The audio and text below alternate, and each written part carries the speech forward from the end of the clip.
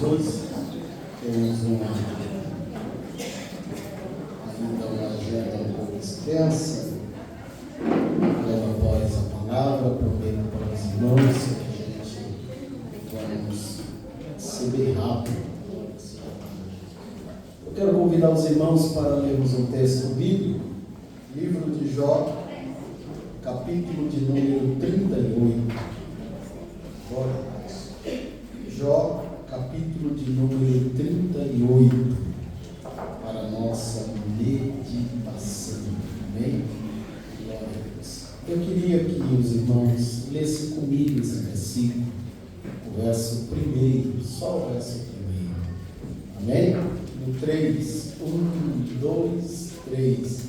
Depois disso, o Senhor respondeu a Jó de um redemoinho, dizendo: Glória, só esse verso para a nossa meditação. Meus amados e queridos irmãos, está diante de nós um texto conhecido da igreja, o texto em que Deus decide responder a Jó depois de uma extensa, vasta dificuldade que Jó passa. A Bíblia diz que o Senhor responde. Do capítulo de número 38 ao capítulo de número 41, Deus faz 70 perguntas para Jó. E no verso 2, Deus diz para ele: cinge os teus ombros, cinge, porque no verso 3, eu vou perguntar, se tu for homem, me responde. Deus começa a falar com Jó depois de tantos questionamentos, mas para entendermos, precisamos entender. Eu estava pedindo para Deus sobre uma palavra, o que falar, ou o que dizer nessa noite, e eu gostaria muito de falar sobre um tema, e o tema é o verso de número 1 do capítulo 38, somente a parte A do versículo que diz: depois disso, só isso, depois disso, respondeu o Senhor a Jó.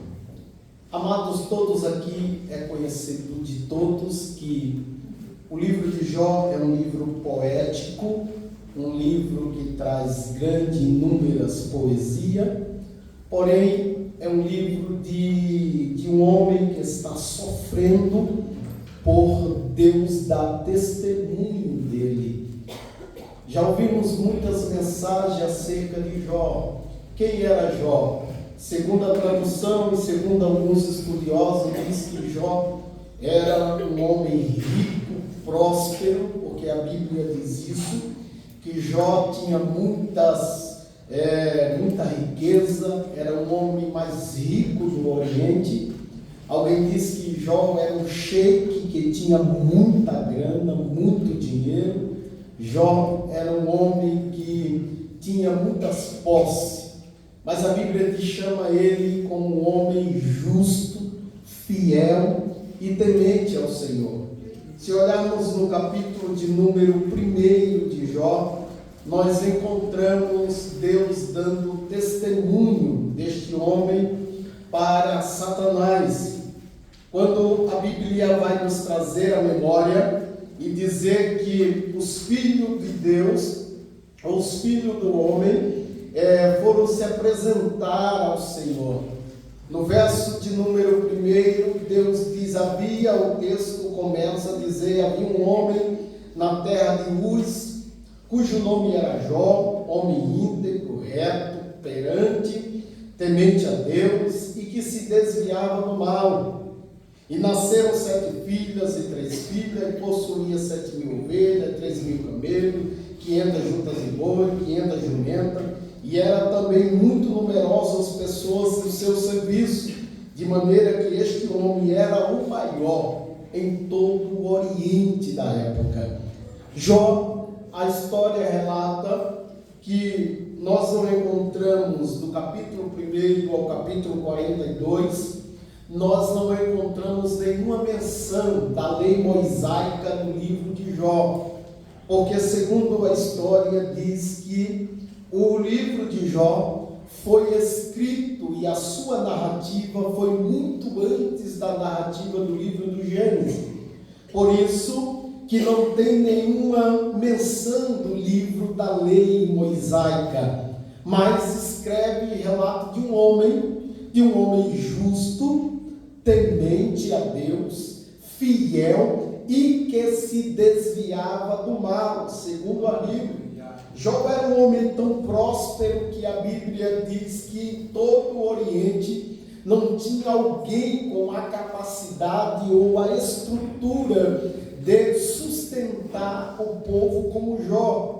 Jó tinha muitas ovelhas, Jó tinha muitos camelos, de igual modo que na época do Oriente, alguém para ter tantos camelos, posse de tantos camelos, era um homem poderoso no que se diz no meio de transporte, era Jó. Jó era o homem que tinha a maior linha de toda a história do Oriente no meio de transporte, era Jó. Mas Jó também era um homem muito poderoso na questão da fabricação de roupas, porque Jó tinha muitas ovelhas. Então Jó era um homem produtivo naquilo que ele fazia. A Bíblia diz que Jó também tinha cerca de 500 juntas de boi. Então Jó era um homem próspero no plantio ou na colheita. Jó tinha animais suficientes para trabalhar na terra sem depender dos outros. A Bíblia diz também que Jó era um homem que tinha 500 jumentas. Isso fala do poderio de carga que Jó tinha no meio de transporte. Jó era o cara, ele mandava em todo o aspecto do transporte, tanto de pessoas quanto de carga. Jó estava em primeiro lugar. E a Bíblia nos diz que quando os filhos dos homens e os filhos do Senhor vieram se apresentar perante o Senhor, a Bíblia diz que Deus faz questão de falar de Jó para Satanás. Alguém diz por aí que esses filhos do Senhor eram anjos caídos. A Bíblia não mostra isso, até mesmo porque Deus não tem anjo como filho. Anjos foram criados para serviço daqueles que hão de herdar a salvação. Segundo a carta aos Hebreus, só existe um a quem ele chamou por filho e deu um nome que é sobre todo o nome, a saber, Jesus Cristo, a qual está acima de tudo e de todos. Então os filhos dos homens vieram se apresentar ao Senhor, e entre eles vem Satanás. E Satanás se apresenta ao Senhor e disse: observaste meu servo Jó, homem íntegro, fiel, temente. Satanás faz alguns questionamentos para Deus e diz também: o homem é poderoso, o homem é magnífico, o homem tem muita riqueza. A Bíblia diz que Jó era um homem próspero em tudo. Jó era um homem próspero na vida secular, porque Jó era um grande empresário, mas Jó também era um homem muito próspero dentro da sua casa. O texto bíblico diz que Jó tinha 10 filhos, 7 homens e 3 mulheres. Esses homens e essas mulheres viviam em perfeita união, de comunhão tão grande, que o texto bíblico vai dizer que eles se juntavam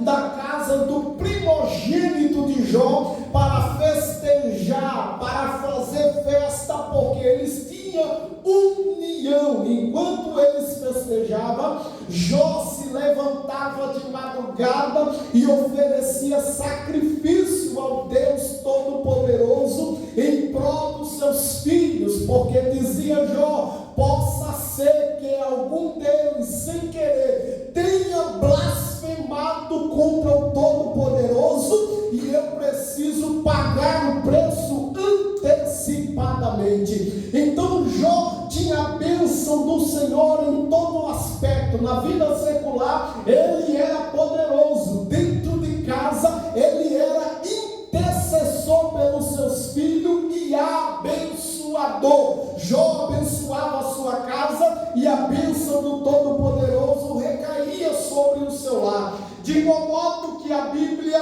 traz esta expressão dele ser um homem justo, honrado e temente ao Senhor. Mas note que quando o inimigo sai da presença do Senhor, ele começa a tocar em tudo. Do capítulo 1 ao capítulo 2, nós vamos encontrar as perdas de Jó. Jó perde os seus jumentos, Jó perde os seus bois, Jó perde os seus animais, perde os seus camelos, tudo foi levado, e cada um chegava e disse: Jó, aconteceu isso, só eu escapei para te dar as boas novas. E por último, o texto vai dizer que estava Jó na sua casa, quando também um ainda falava, no verso 18 do capítulo 1, e também este falava ainda, quando veio outro, disse Jó: estando teus filhos e tuas filhas comendo e bebendo vinho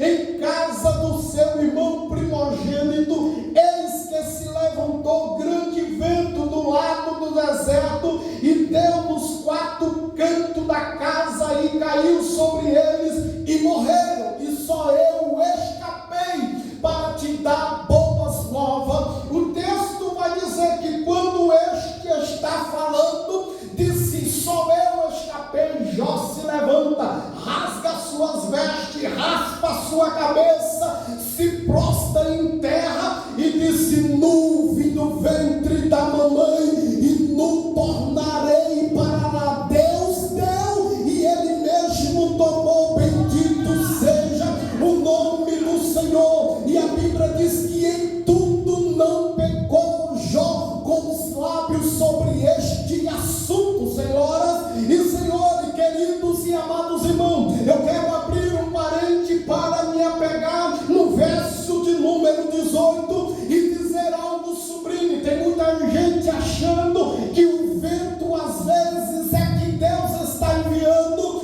alguém, e outra tradução diz: veio o vento de Deus e derrubou a casa sobre os seus filhos. Os versos anteriores, Deus dá autorização para Satanás tomar tudo que Jó tem, para provar que a fidelidade de Jó não estava baseada no seu bem ou na sua família, mas sim na sua fé incomparável diante do Todo-Poderoso. Aí a Bíblia nos trata que este vento sopra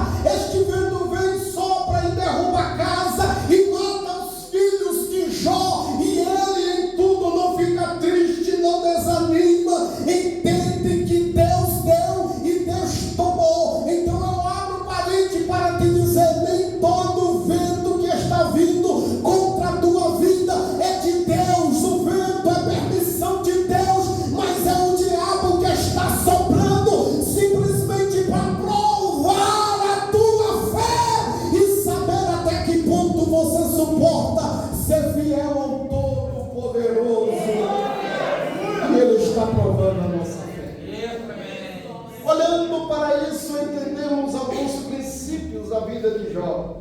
Jó é um homem íntegro, fiel. A Bíblia nos dá destaque da fidelidade de Jó, de tal modo que Jó entende-se que ele foi um homem honrado. Deus honra a vida de Jó, não porque ele é, mas porque Deus é na vida dele. Deus honra a vida de Jó, não porque ele era um homem próspero. Deus honra a vida de Jó, porque mesmo perdendo tudo, ele diz: bendito seja o nome do Senhor.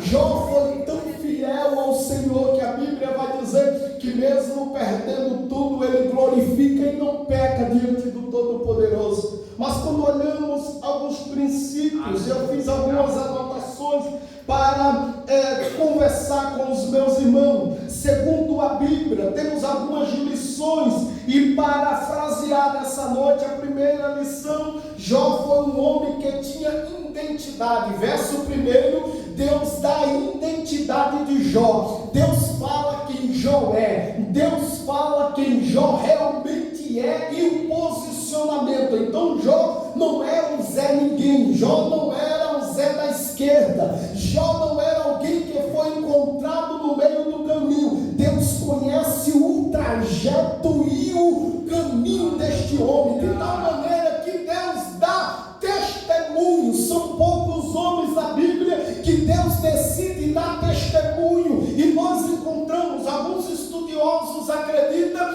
que Jó é apenas uma história fictícia, porque não há outra relação da sua parentela, da onde ele veio, qual é o seu povo. Porém, lá no capítulo 14 do livro do profeta Ezequiel, do verso 14 ao verso 16, a Bíblia diz sobre o juízo de Deus e o castigo que Deus estaria mandando sobre o povo, e Deus coloca a identidade de 3 homens, a saber, Deus fala de Daniel, Deus fala de Noé e Deus fala de Jó, dizendo: no meio da iniquidade, se estes 3 homens estivessem, eu arrancaria, tiraria e salvaria ele. Porém, todavia, se eles tivessem filhos no meio da iniquidade, eu só salvaria os 3, por causa da identidade. Deus se responsabiliza em dar identidade a este homem. E quando eu olho à luz da Bíblia, eu aprendo que aquele que é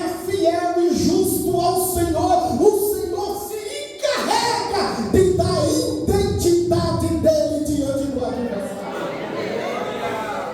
Deus dá testemunho de Jó diante do adversário. Segunda coisa que eu destaco para os meus irmãos: Jó foi um homem cujas qualidades merecem ser destacadas.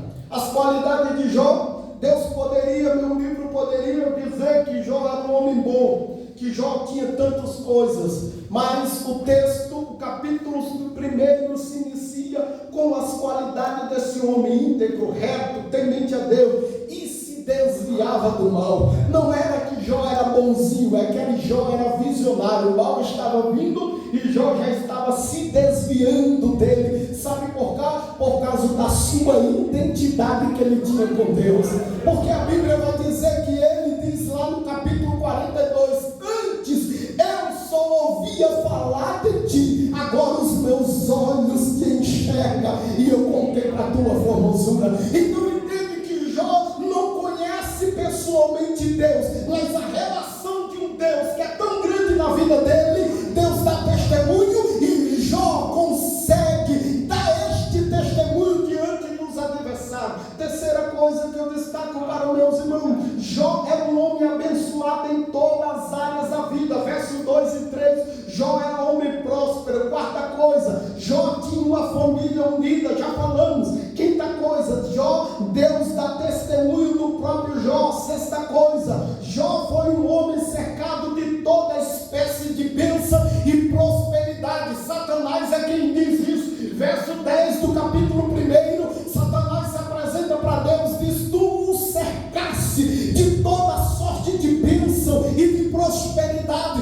não há como fugir deste homem. Olha o que ele tem. Então Deus permite, e esta cerca fala de uma cerca espiritual. Jó era alguém que era cercado espiritual, primeiro pela presença de Deus, e segundo pelas bênçãos material que Deus permitia que acontecesse na vida de Jó. Então quando o diabo dá testemunho dizendo: tu o cercasse, Deus permite que o diabo arranque toda a cerca, porque há momento na nossa vida que precisamos sair da cerca do cotidiano, da onde estamos, para viver o sobrenatural de Deus, porque está dentro de uma bola, sendo protegido por bens material, por riqueza e pelo próprio Deus. Isto é maravilhoso. Mas quando a adversidade chega, que aperta, que a cerca não existe mais, aí Deus volta a dizer: Jó é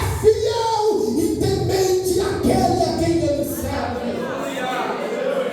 Então, alguns princípios da vida de Jó. Jó adora a Deus no verso de número 20 ao verso de número 22 do capítulo 1. Jó não adora pelo que ele possui, mas ele adora pelo que Deus é na vida dele. Note, põe por gentileza aí, filho, capítulo 1, para entendermos. a partir do verso de número 21, e disse, do ventre da minha mãe, e no tornarei para lá. O Senhor deu, o Senhor tomou, bendito seja o nome do Senhor. Verso de número 22, ele diz: em tudo isso não pecou Jó, e nem atribuiu a Deus falta alguma. O que nos dá de experiência da vida de Jó? Por alguns princípios. Quando entramos na dificuldade, a primeira coisa é reclamar e oferecer a Deus a nossa dificuldade. Quando entramos no problema, nós já apresentamos a Deus. O Senhor não está vendo, o Senhor não está contemplando. Olha a minha luta, olha a minha dificuldade, olha o meu problema. O texto diz que em tudo Jó não atribuiu nada a Deus. Única coisa que Jó atribui a Deus é a adoração, dizendo: Deus deu e Ele mesmo tomou. Bendito seja o nome do Senhor. Então a integridade deste homem é tão grande que ele adora, não pelaquilo que possui, mas pelaquilo que Deus é na vida dele. Há uma pergunta para nós nessa noite: você está adorando por quê? Qual é o que te faz adorar? O que é que te faz vir a esse santuário? O salmista disse: ainda que eu desse tudo para Ele, como eu poderia oferecer alguma coisa para Ele por todos os benefícios que Ele tem me proporcionado? Nós poderíamos preparar aqui o melhor culto, os melhores louvor, a melhor banda, a melhor música tocando, o melhor pregador, a melhor oratória. Isso é muito pobre diante da majestade daquele que supriu a necessidade do dia. A Bíblia diz que Ele nos dá a porção do dia, sabendo que nós necessitamos dele para respirar, para andar, para falar, para andar, para onde for. Nós dependemos da bondade e a misericórdia. Deixa eu te dar um recado: é noite de adoração. Sabe por quê? Porque você está aqui, porque a bondade dele foi maior na tua vida. A bondade dele foi muito maior na tua vida. Oitava coisa na vida de Jó: Jó não permitiu que a circunstância da vida tirasse o seu caráter diante de Deus. Note o capítulo 2, verso 1. Verso 1, do verso 1 ao verso 3, ele diz assim: e vindo outro dia, em que os filhos de Deus vieram apresentar-se perante o Senhor, veio também Satanás entre ele e apresentar-se perante o Senhor. Verso 2: então o Senhor disse a Satanás: de onde veio? Respondeu Satanás ao Senhor: disse de rodear a terra e passear por ela. Olha o verso 3: e disse o Senhor a Satanás: observaste meu servo Jó? Porque ninguém há na terra semelhante a isso aqui, meu irmão. Se Deus falasse de mim, eu estaria voando, meu irmão. Deus está declarando quem é Jó diante de Satanás, o acusador de todas as coisas. Deus está dizendo: tu observaste, porque tu está andando pela terra, passeando por ela, mas por acaso tu olhaste para Jó, porque não há ninguém semelhante a ele, homem íntegro, reto, temente a Deus, que se desvia do mal e que ainda retém a tua sinceridade, havendo tu incitado contra ele para consumir. Oh, glória a Jesus! Sabe que eu olho para isso? É Deus dizendo: ninguém arranca a integridade deste homem. E o texto bíblico ainda diz: em todo o globo terra não tem ninguém semelhante a ele. Aleluia, graças Meu a Deus. amigo, se Deus falasse isso de mim, eu hoje estaria no pedestal. Ninguém me toca, ninguém me rele. Porque Deus deu testemunho de mim, dizendo que na terra vocês são tudo para baixo. Deus está dizendo que eu sou. Ninguém é como eu, mas Jó não. Manteve íntegro, firme, reto, temente e se desviava do mal. A Bíblia está dizendo, amados. Então Jó era um homem que não deixa a circunstância. Jó perde tudo. Agora imagine, hoje é dia dos pais. Imagine, senhores, pai, num dia só ter que enterrar 10 filhos de uma vez só. Não é que um morreu por acidente, morreu os 10 de uma vez só. E a Bíblia diz que Jó não reclama, ele não abre a boca, simplesmente ele diz: foi o Senhor que me deu. E quando a mulher dele diz: ainda mantenha a tua integridade, amaldiçoa este Deus. Na tradução em outra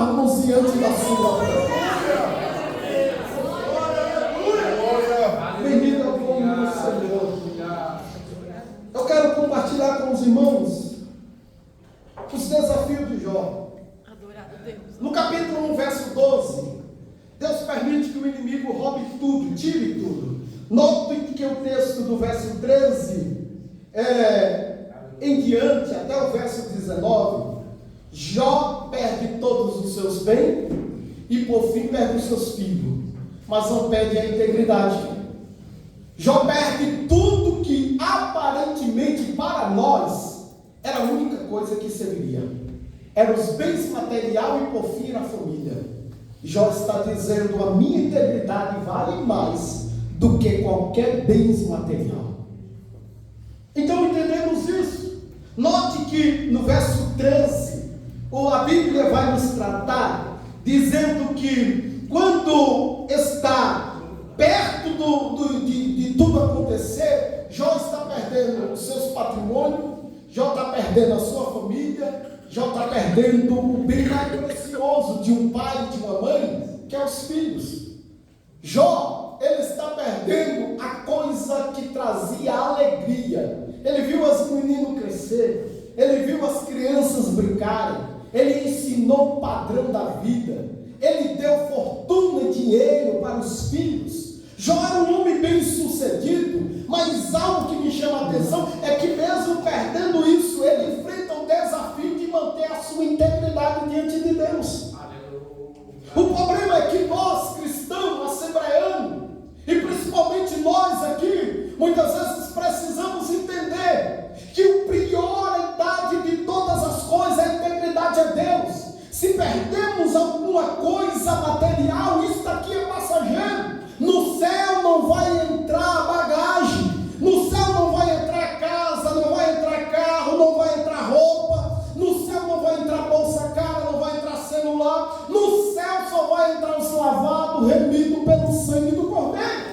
É o que a Bíblia diz. Então tudo que é passageiro, que é humano, fica aqui. Então Jó nos ensina que a integridade de perder essas coisas não leva ele a perder a comunhão para com Deus, mas sim manter uma integridade, porque daqui para frente, irmão, o sofrimento de Jó só foi piorando. A Bíblia vai nos dizer que este homem sofre de tal maneira que ele apodrece. Alguém disse: só sobrou para Jó o caco de telha. Não, que a lepra come as pontas do seu dedo, cai as unhas. Jó fica numa situação que não tinha como se coçar da sua charga maligna. Então a única coisa que Jó conseguia segurar em suas mãos é um pedaço de caco para coçar a sua charga. Mas no capítulo 19, isso aqui é terrível. Jó começa a contar a sua história, porque a Bíblia diz que ele amaldiçoou o seu dia, ele amaldiçoou o dia que ele nasceu. Ele disse: seja maldito o dia que disse nasceu um homem, nasceu um varão. Jó recebe, e o maior priori da questão do sofrimento de Jó é o silêncio. A gente não entende o porquê que o silêncio é tão difícil. O silêncio é castigante, o silêncio dói, o silêncio machuca. Quando você está na dependência de alguém para ouvir uma palavra de conselho e esta pessoa está em silêncio, meu irmão, isso dói muito. A Bíblia diz que os 3 amigos de Jó vieram de encontro a Jó, mas durante 7 dias ninguém abriu a boca para dizer: Jó, tu precisa de um pouco de água. A Bíblia diz que eles sentaram do lado de Jó e ficaram lá chorando, lamentando, e Jó calado, e ninguém abre a boca, nem eles dizem, e nem Jó responde nada, até o dia em que Jó começa a abrir a boca, amaldiçoa o seu dia, amaldiçoa o dia que ele nasceu, começa a falar do seu sofrimento. Mas lá a Bíblia nos retrata, lá no capítulo 14, se não me foge a memória, verso de número 7, Jó ainda mantém uma integridade tão grande com Deus, que ele começa dizendo: porque ainda há esperança para a árvore que for cortada, ainda se renovará e não cessarão seus renovos. Já começa a dizer: todo ser humano é mentiroso, todo homem é mentiroso, ninguém mais é confiável, mas eu quero garantir uma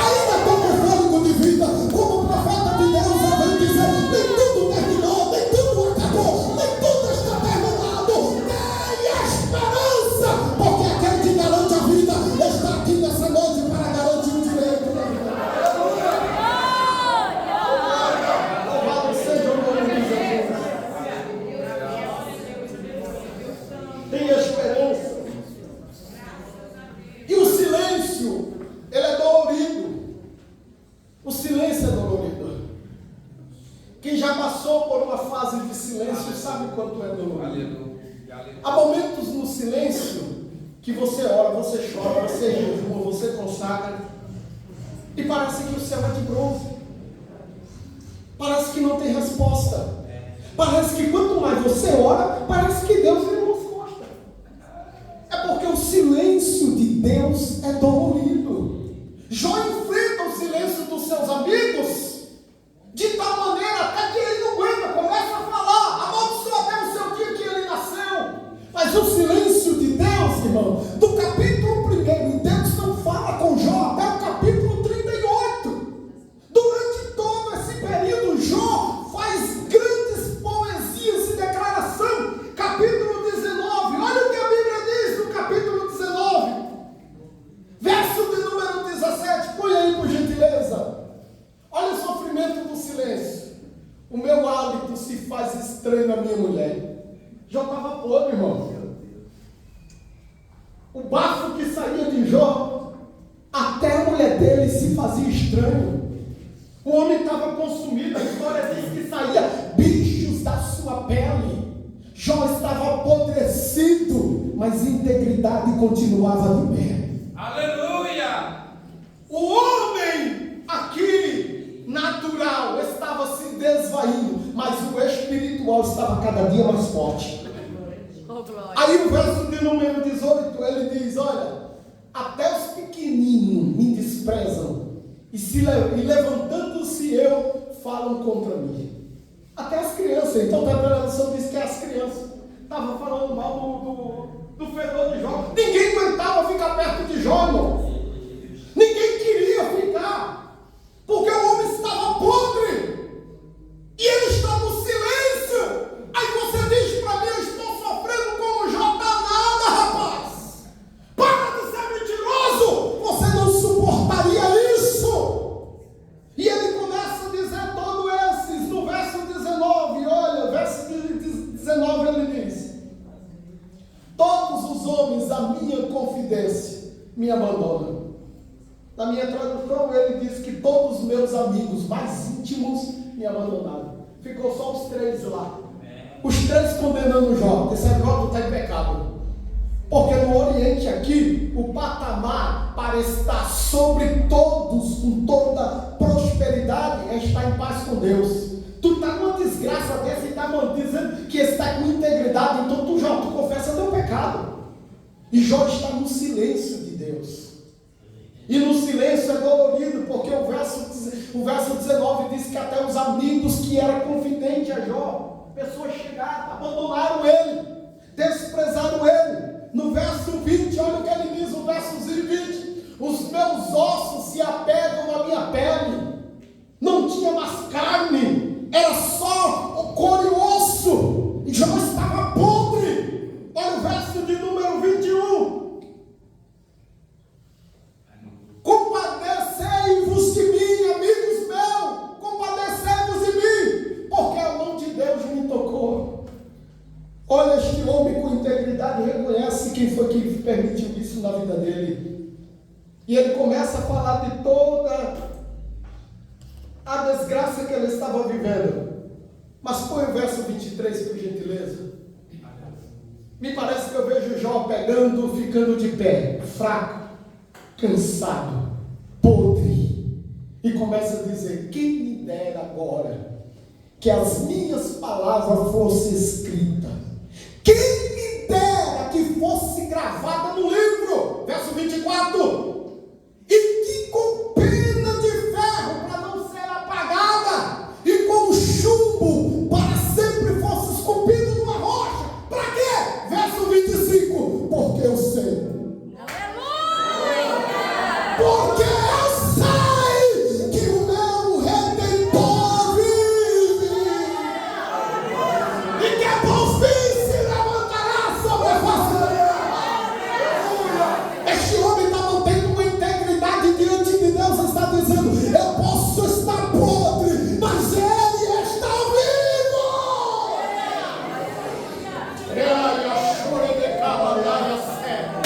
Ele está dizendo, eu sei que o meu Redentor vive.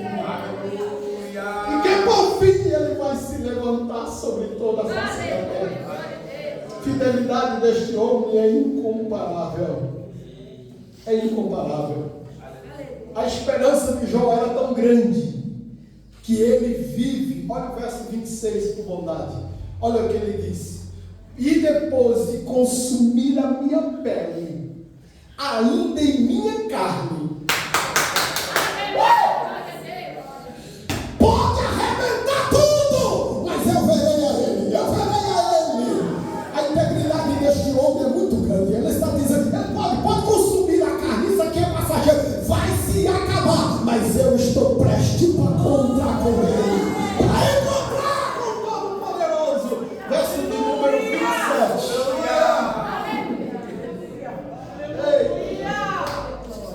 Verso 27 é o que ele diz: vê-lo-ei por mim mesmo.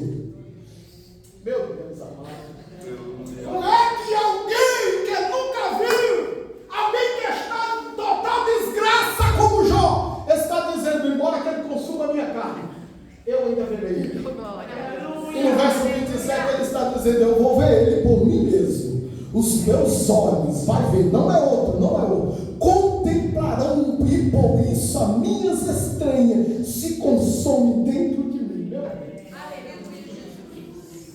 Este homem está dizendo, a fidelidade dele é tão grande que ele está dizendo o seguinte: olha, se tudo isso aqui acabar, ele consumindo a minha carne, não será outros olhos, são esses aqui que ainda está no resto do corpo, eu vou ver ele, não é outro, é eu mesmo que verei ele. E por isso as minhas estranhas estão se consumindo dentro de mim. Por quê? Porque ele vive para todo sempre. Jó está no silêncio de Deus, mas a sua integridade continua firme. E agora eu encerro dizendo para vocês, capítulo 38 que nós lemos. Jó chega a dizer, depois de tantos questionamentos, no capítulo 38, Deus aparece para Jó. No meio de quê? O que está escrito no capítulo 38? Põe aí, filho, por bondade. No meio de quê? Aí eu fico um pouquinho desempregado. Eu quero que Deus venha no púlpito falar com voz mansa. Oh, meu filhinho, senta aqui, queridinho de papai. Vem aqui, vamos tomar um cafezinho. Café com leite. Olha onde Deus apareceu para Jó. O homem estava só o bagaço da rabiola, podre.